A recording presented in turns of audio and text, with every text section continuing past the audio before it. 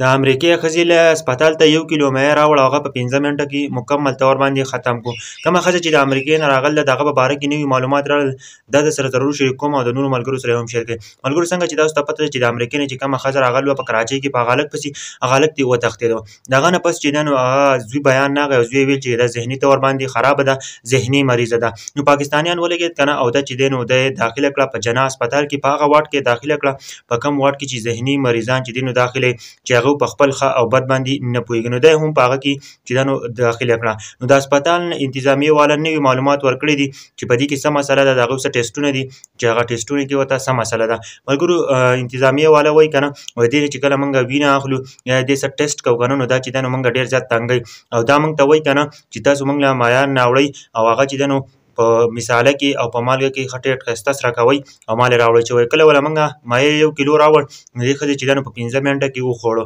وایي د هغه نه پس چې دی نو وایي موږ د وفاقي حکومت سره هم خبره کړې ده چې دا ښځه چې دی نو واپس خپل ملک ته ولېږئ. ملګرو د هغه نه پس چې دی نو دې چې کومه ټسټونه دي په هغه کې چې دی نو څه ریزلټ راغلی دی. ملګرو دې چې کومه